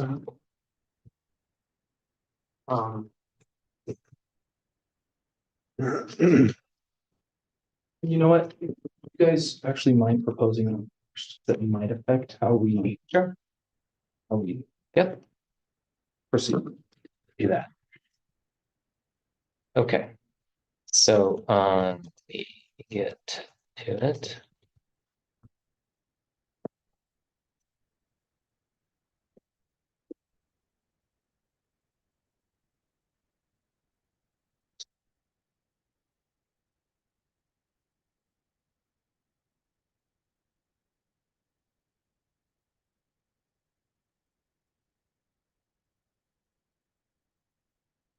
I just loaded it to the SharePoint. And I titled it, it's still proposal 17, it just says amended. okay. And so, You have it. Yeah, Oh, we have. Oh, yeah. yeah, so that's actually this might. Yeah. Yeah.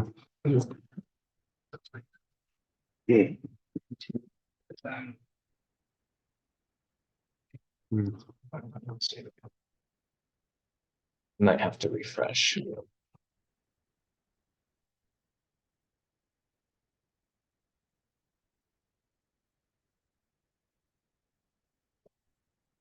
You see it? I see it. What's going to be long? What folder are you in? Because I know day one city proposal. Multiple folders. Proposals 17 amended. Did they say day one? Yeah, Yeah. it's kind of in the middle It's in the middle. of the list.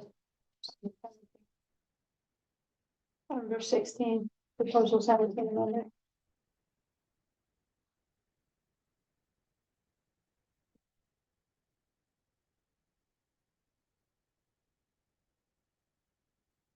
I think it's actually, it's not in day one yet. It's in city proposals. Yeah. We'll split. Yeah, those are placeholders for right now, so we can get it moved out. We didn't have those set up when we started. Because what we'd like is the day by day. Because that'll be easier to keep track of. Have you found it? I just went to the general list and I just went down. Yeah, okay.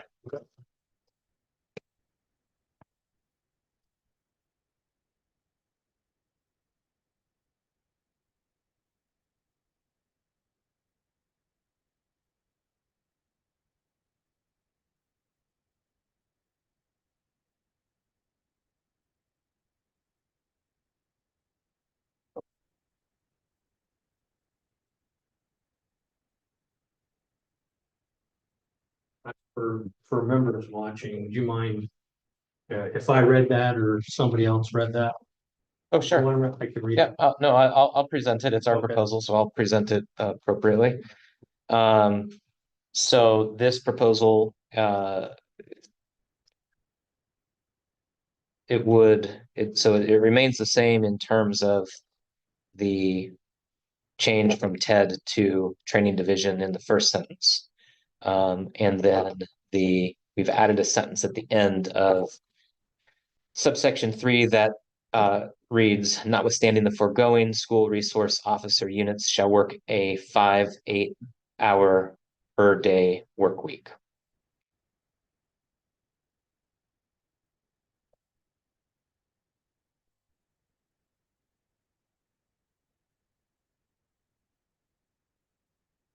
So basically changing them from a 410, which they have now, they actually have the choice between a 410 and a 5 8. All SROs going to a 5 8 work schedule. Correct.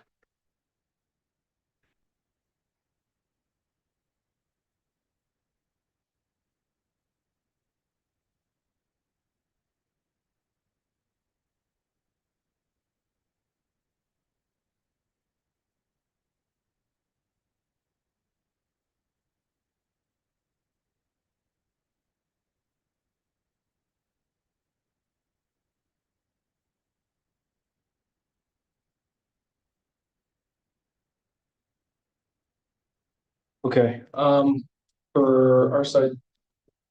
You have a list of, before we get into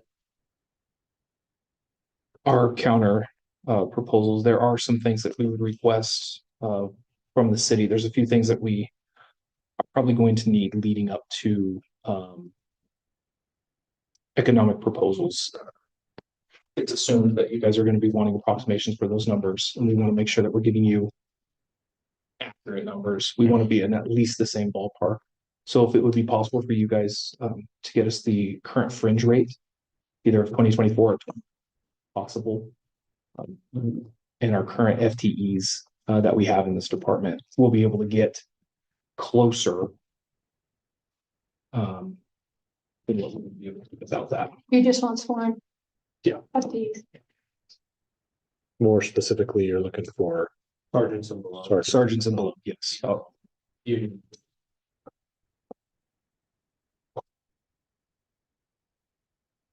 authorized or current numbers specifically. what are you gonna base your numbers on? That's Yeah, what- I would assume authorized. I would assume authorized, correct? That's what we should be operating on. Right. Yeah.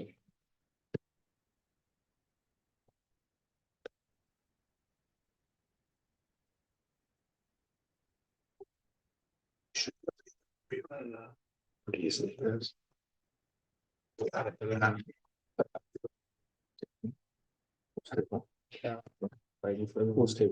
at it later. Okay, so in regards to our the counter proposals,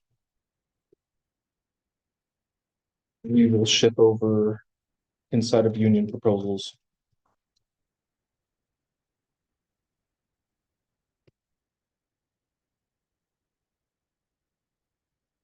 We'll drop proposals that the union is rejecting and that the union is agreeable to the language now, the TA. This time, and so to start with, the proposals being rejected are proposal 2, major equipment purchase, proposal 6, proposal 8, the non-lethal force and de-escalation training, city proposal 11. Meet and confer.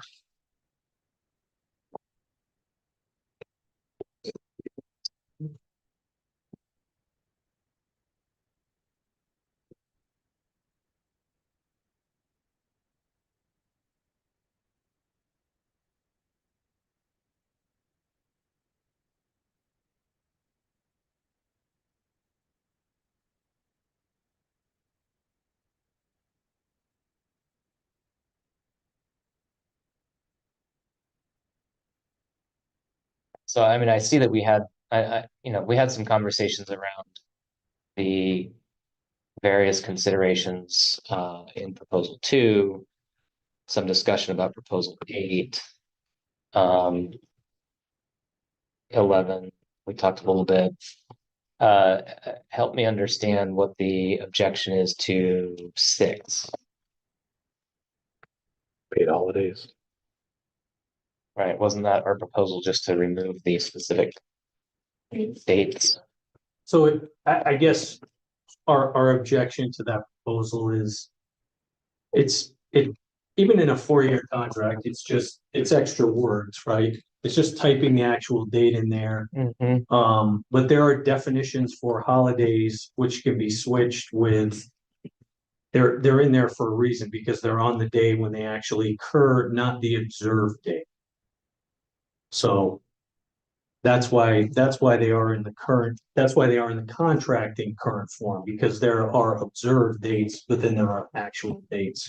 We just want to make sure that they're being paid on the current dates of when they actually fall, not the observed date. I think if we take those dates out of there, we're doing our members a disservice by giving some leeway in, well, it's going to be on the observed date now and not the actual date where that holiday falls. Okay, so how does that create an issue? Like, what issue does that? How does that practically play out, and how is it problematic? I'm not following you. I understand the difference between an observed holiday Right. when you have an organization that has hours and days of operation. I get Right. that. But those holidays in and of themselves are defined either a specific date or the, third Monday of the month or the last Thursday or what have you, right? And so I guess I'm failing to understand the distinction between observed and the actual holiday when we work in a system where you work all the time, right? I mean, Right. somebody's working all the time. So I guess that's the part I'm just not tracking. Well, it's just two things, right? It's that where we want them paid on the day where they actually occur and not, I think by removing them, then you give city management the right to, well, we're gonna switch that. It's gonna be on the observed date, whether it's a president's holiday, Oh, President's Day or that's the something concern. like that. I see. You start moving that and then you're affecting different members. And then really, what's the harm of a few extra words of just typing it out? Sure. Well, okay. So then I guess my response to that would be, couldn't we just add a few extra words that says actual, not observed? Sure. Why is it so important, I guess, to? It's just because it's just frankly kind of a mess.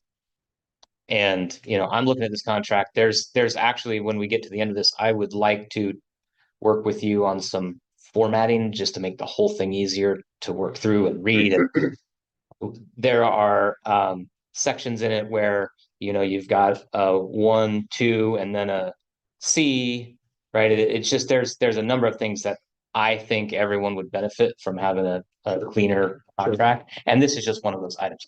I mean, so I just want to make clear that that's all that is. It's from our standpoint, it's not trying to change anything. Okay. So, Correct. but I understand. I hear you. How about this then? How about we table that one and we'll provide you a counter. Okay. How about that? Yeah, that's great. Okay. Thank you. Yeah.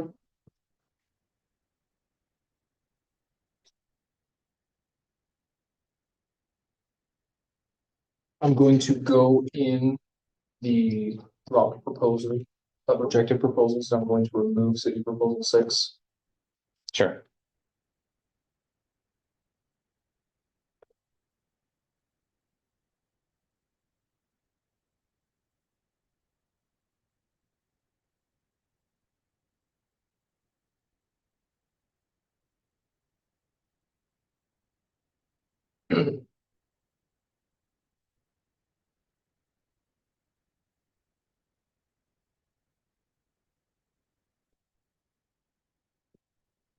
The TA proposals. All the proposals that we find agreeable at this time. Proposal 1, the composite hourly pay. Proposal 4, the shift differential. Proposal 13, Appendix A, qualification definition, and Proposal 16, the workers' compensation.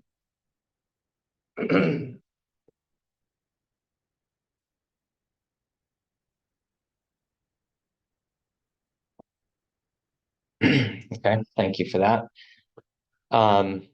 What I would suggest is, this works great for now. Yeah, I'll print and we can formally TA Yeah. by hand and then we'll scan it and load them up into a separate folder for TAs. Okay.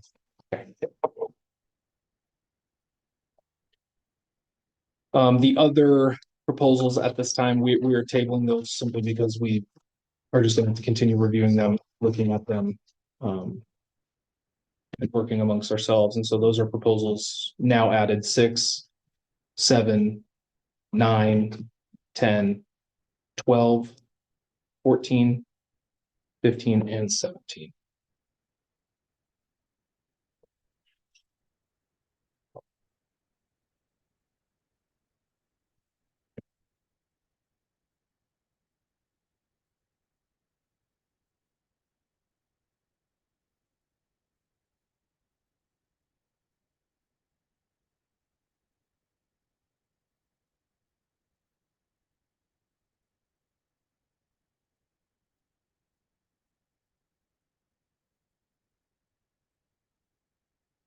So if my flipping back and forth is correct, that constitutes, I mean, with tabling, obviously, that's not a response yet, but Yeah, that addresses all of the proposals we just passed. yes. Unless I believe the No. 17 that were proposed, I believe that's the. Yeah, I just wanted to make sure that we were on the same page about that. Okay.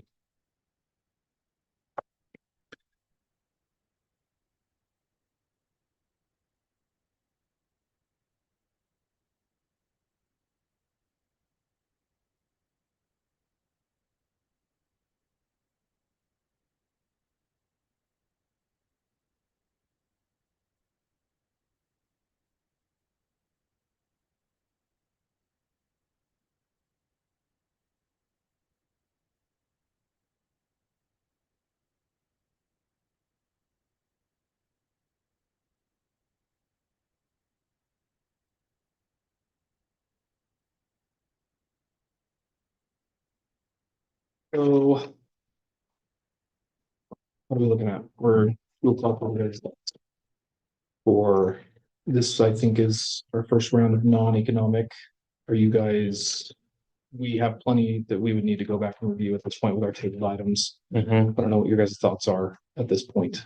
Well, I think we do need to get responses on those, whether it's counters or what have you, so that we kind of understand the universe of the non-economic items. I think once we have those, so here's what I would propose.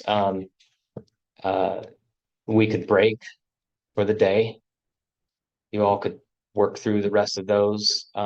We could agree to come back tomorrow, take your responses. We'll need a caucus at that point to understand kind of where you are on those items and start to develop kind of what we would bring back to you. So I think that's probably what makes the most sense because that's a lot of things that you still have to talk through. Yes. How quick could we get the numbers and that we requested at the beginning?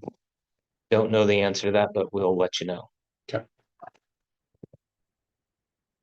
That sounds agreeable to us. I think that would be the most productive path forward at this point. Okay. We should, Anything else from? we should be able to provide the second thing you asked for, which is the Oh yeah, FTEs pretty quickly. I've already reached out to working on it, so. Okay, perfect. We can be able to get that. yeah, we'll get it to you as quickly as we can. We appreciate that. Okay, well, with that, thanks for your time today. And we'll see you. I think we're set for 9 tomorrow. Is that Okay. a good starting time? Yeah, 9 works for me. Okay, perfect. We'll see you at 9. Thank you. Thank you.